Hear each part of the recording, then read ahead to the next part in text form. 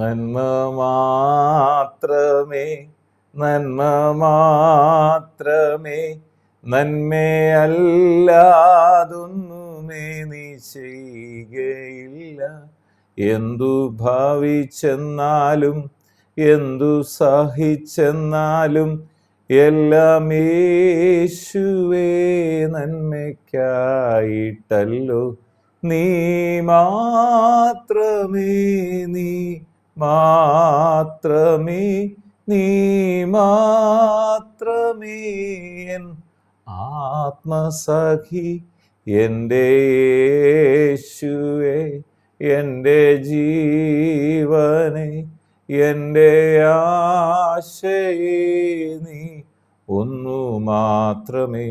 എൻ്റെ യേശുവേ, എൻ്റെ ജീവനെ, എൻ്റെ ആശയേ, നീ ഒന്നു മാത്രമേ.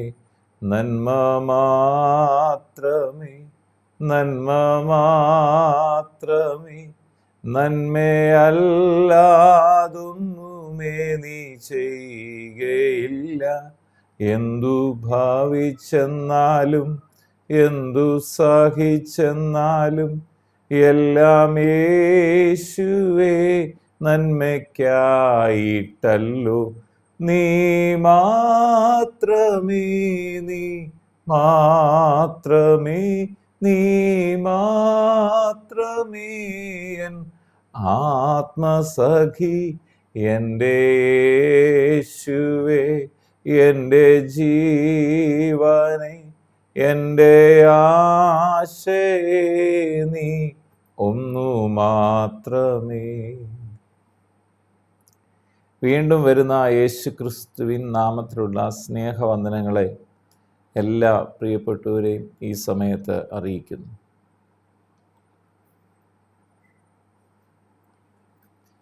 യോഹന്നാൻ എഴുതിയ 3-ാം ലേഖനം, അതിൻ്റെ 1-ാമത്തെ അധ്യായം 11-ാമത്തെ വാക്യം.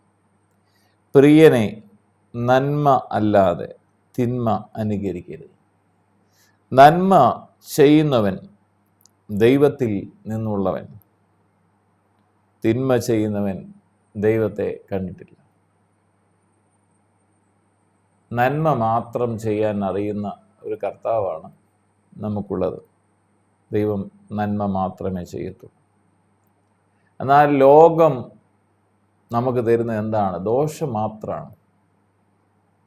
എന്നാൽ ദോഷമായിട്ടൊന്നും ചെയ്യാതെ നന്മ മാത്രം ചെയ്യുന്നത് യേശുവാണ്. എൻ്റെ പ്രാണപ്രിയനായ യേശുവാണ്. അതുകൊണ്ട് ഇവിടെ പറയുകയാണ്, പ്രിയനെ നന്മയല്ല. അതുകൊണ്ട് നാം എന്തൊരു ദൈവത്തിൽ വിശ്വസിക്കുന്ന, ദൈവത്തെ സ്നേഹിക്കുന്ന ഞാനും നിങ്ങളും നമ്മുടെ ജീവിതത്തിലും നന്മ മാത്രമേ ചെയ്യാവൂ. അങ്ങനെ നന്മ ചെയ്യണമെന്നുണ്ടെങ്കിൽ പരിശുദ്ധാത്മാവിനെ അനുസരിച്ച് ജീവിക്കുന്ന ദൈവമക്കൾക്ക് നമ്മൾ ജീവിതത്തിൽ നന്മ ചെയ്യാനായിട്ട് കഴിയും. ഒരിക്കൽ യേശു കർത്താവ് ഒരു ഉപമ പറഞ്ഞു. ലൂക്കോസ് എഴുതിയ സുവിശേഷം അതിൻ്റെ 10-ാം അധ്യായം 30 മുതൽ 37 വരെയുള്ള വാക്യങ്ങളിൽ നല്ല ശമരിയാക്കാരൻ്റെ ഒരു ഉപമ പറയുകയാണ്. എൻ്റെ കൂട്ടുകാരൻ ആരെന്ന് ചോദിച്ചതിന് യേശു ഉത്തരം പറയുകയാണ്. ഒരു മനുഷ്യൻ യെരൂശലേമിൽ നിന്ന് യെരിഹോവിലേക്ക് പോകുമ്പോൾ കള്ളന്മാരുടെ കയ്യിൽ അകപ്പെട്ടു. അവർ അവനെ വസ്ത്രമഴിച്ച് മുറിവേൽപ്പിച്ച് അർത്ഥപ്രാണനായി വിട്ടേച്ച് പോയി.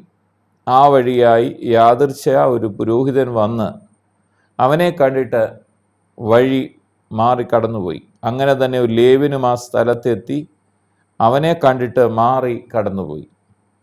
ഒരു ശമരിയാക്കാരനോ വഴി പോകയിൽ അവൻ്റെ അടുക്കലെത്തി അവനെ കണ്ടിട്ട് മനസ്സലിഞ്ഞ് അരികെ ചെന്ന് എണ്ണയും വീഞ്ഞും പകർന്ന് അവൻ്റെ മുറിവുകളെ കെട്ടി അവനെ തൻ്റെ വാഹനത്തിൽ കയറ്റി വഴിയമ്പലത്തിലേക്ക് കൊണ്ടുപോയി രക്ഷ ചെയ്തു.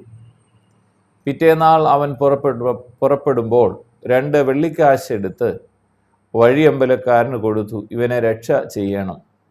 അധികം വല്ലതും ചെലവിട്ടാൽ ഞാൻ മടങ്ങി വരുമ്പോൾ തന്നുകൊള്ളാം എന്നവനോട് പറഞ്ഞു.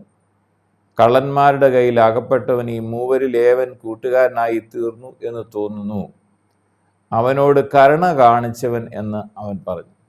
യേശു അവനോട്, നീയും പോയി അങ്ങനെ തന്നെ ചെയ്യുക. ഈ ഉപമയിലൂടെ കർത്താവ് പറയാൻ ആഗ്രഹിക്കുന്നത് നന്മ ചെയ്യണം എന്നുള്ള കാര്യമാണ്. നമുക്ക് ലഭിച്ച കഴിവുകൾ നമുക്ക് വേണ്ടി മാത്രം ഉപയോഗിക്കാനല്ല. ഇവിടെ കള്ളന്മാരുടെ ഒരു മനോഭാവം ചിന്തിച്ചാൽ, വഴി പോകയിൽ ഈ മനുഷ്യനെ പിടിച്ച കള്ളന്മാരുടെ സ്വഭാവം എന്താണെന്ന് ചോദിച്ചാൽ, നിൻ്റേതല്ല എൻ്റേതെന്നുള്ള മനോഭാവമാണ്. മറ്റുള്ളവൻ്റെ പിടിച്ച് പറിക്കുന്ന മനോഭാവമാണ് കള്ളന്മാർക്കുള്ളത്. എന്നാൽ അത് കഴിഞ്ഞ് 2 പേര് വന്നു, പുരോഹിതനും ലേവിനും ആ സ്ഥലത്ത് വന്നു. അവരുടെ മനോഭാവം എന്തായിരുന്നു? അവരവനെ ഉപദ്രവിച്ചില്ല, ഇവൻ്റെ ഒന്നും പിടിച്ചു പറിച്ചില്ല, പക്ഷെ അവൻ്റെ അതൊന്നും മേടിച്ചുമില്ല. നിൻ്റേതൊക്കെ നിനക്കിരുന്നോട്ട്, എൻ്റേതൊക്കെ എനിക്കിരുന്നോട്ടെ എന്നുള്ള ഒരു മനോഭാവം.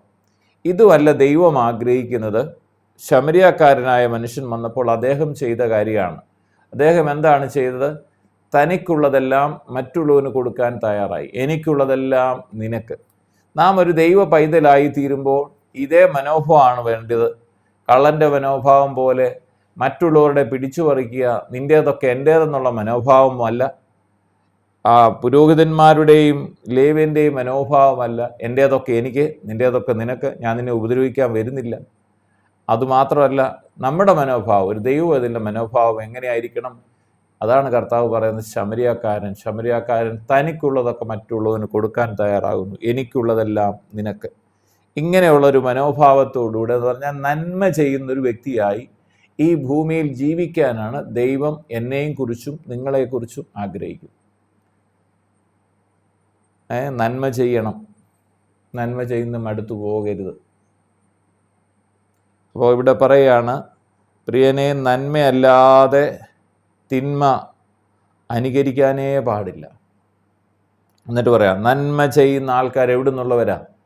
അവർ ദൈവത്തിൽ നിന്നുള്ളവരാ. തിന്മ ചെയ്യുന്നവർ ദൈവത്തെ കണ്ടിട്ടില്ല എന്ന് പറയണം. പരിശുദ്ധാത്മാവേ, എനിക്ക് പരിശുദ്ധാത്മാവിൻ്റെ സഹായത്തോടെ നല്ലത് ചെയ്യാൻ എന്നെ സഹായിക്കണം. പ്രാർത്ഥിക്കാം. പിതാവേ, പ്രാർത്ഥിക്കുന്നു യേശു ക്രിസ്തുവിൻ നാമത്തിൽ ഇന്ന് ഞങ്ങൾ കൃപാസനം മുൻപാകെ വരികയാണ്. ഞങ്ങളുടെ ജീവിതങ്ങളെ കർത്താവിൻ്റെ കരങ്ങളിൽ സമർപ്പിക്കുന്നു. ഞങ്ങളുടെ ജീവിതത്തിൽ ദൈവം തന്ന ആയുസ് നന്മ ചെയ്ത് ഈ ഭൂമിയിൽ ദൈവഹിതപ്രകാരം ജീവിപ്പാൻ പരിശുദ്ധാത്മാവ് ഞങ്ങളെ സഹായിക്കണമെന്ന് പ്രാർത്ഥിക്കുന്നു. അങ്ങനെ ദൈവത്തിൽ നിന്നുള്ള ദൈവമക്കളായി തീർന്ന ഞങ്ങൾ ദൈവത്തിൻ്റെ സ്വഭാവമുള്ളവരായി, മറ്റുള്ളവരെ സഹായിക്കുന്നവരായി, നന്മ ചെയ്യുന്നവരായി തീരാൻ സഹായിക്കുമെന്ന് പ്രാർത്ഥിക്കുന്നു. അതിന് ഞങ്ങളെ അവിടുത്തെ കരങ്ങൾ സമർപ്പിക്കുന്നു. എന്നെ കേൾക്കുന്ന രോഗികൾ ഇപ്പോൾ തന്നെ യേശു ക്രിസ്തുവിൻ അടിപ്പിണരുകളാൽ സൗഖ്യം പ്രാപിക്കട്ടെ. ഹൃദയഭാരങ്ങൾ മാറിപ്പോകട്ടെ, ആകുല ചിന്തകൾ മാറട്ടെ, ഭയങ്ങൾ മാറട്ടെ. കർത്താവായ യേശു ക്രിസ്തുവിൻ്റെ മഹത്വം ഓരോ വ്യക്തി ജീവിതങ്ങളും വ്യാപരിക്കട്ടെ. പ്രാർത്ഥിച്ച് അനുഗ്രഹിക്കുന്നു. സകല മഹത്വവും അറുക്കപ്പെട്ട കുഞ്ഞാടിന് യേശു ക്രിസ്തുവിൻ പൊന്നുനാമത്തിൽ പിതാവേ, ആമേൻ. നന്മ മാത്രമേ, നന്മ മാത്രമേ, നന്മയല്ലാതൊന്നുമേ നീ ചെയ്യുകയില്ല. എന്തു ഭാവിച്ചെന്നാലും എന്തു സഹിച്ചെന്നാലും എല്ലാം യേശുവേ നന്മയ്ക്കായിട്ടല്ലോ. നീ മാത്രമേ, നീ മാത്രമേ, നീ മാത്രമേ എൻ ആത്മസഖി, എൻ്റെ യേശുവേ, എൻ്റെ ജീവനെ, എൻ്റെ ആശയേ, നീ ഒന്നു മാത്രമേ. എൻ്റെ യേശുവേ, എൻ്റെ ജീവനെ, എൻ്റെ ആശയേ, നീ ഒന്നു മാത്രം.